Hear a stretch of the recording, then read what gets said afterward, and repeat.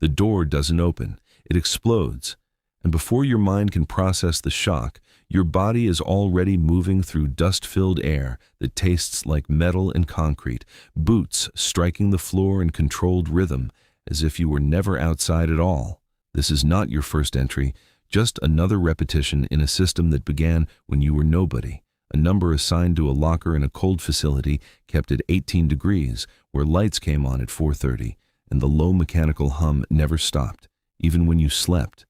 if it could be called sleep, because rest was measured in hours and performance in milliseconds,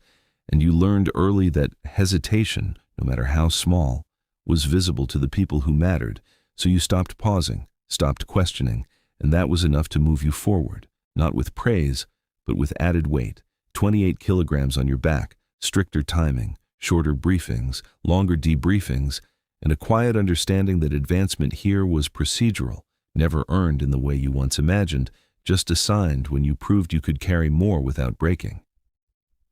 Over the years, nights blurred into coordinates and objectives, faces dissolved into roles, and you adapted to a language of numbers, heart rate under load, reaction time under 1 second, sleep averaging 4.6 hours, while outside your life thinned without conflict, calls shortening, connections fading, until isolation became efficient, almost necessary, because the system required consistency above all, even if it meant adjusting reports, shaping details, practicing what they never named but everyone followed, creative compliance, where truth remained intact but was arranged to fit expectations. And by the time you were responsible for others, making decisions that shifted outcomes without discussion, you no longer noticed the change in yourself, only the increasing precision of your actions, until the operation where the structure failed, wrong intel,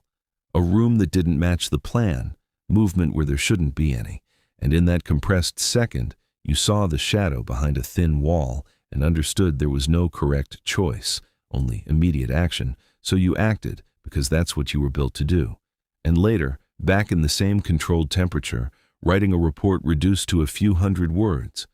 No one asked about that second, no one acknowledged the uncertainty. And that's when it settled into you, not as doubt but as clarity, that the system never required you to be right, only to move without hesitation, and as years passed and your access quietly reduced, replaced without ceremony, you walked out through the same corridors unchanged in sound or structure, realizing the machinery never depended on you, only on the continuation of the pattern, because somewhere else another door was already exploding, another version of you stepping forward into dust, repeating the cycle with the same precision, the same silence, and eventually the same understanding that nothing stops, nothing waits, and nothing remembers you once you're gone.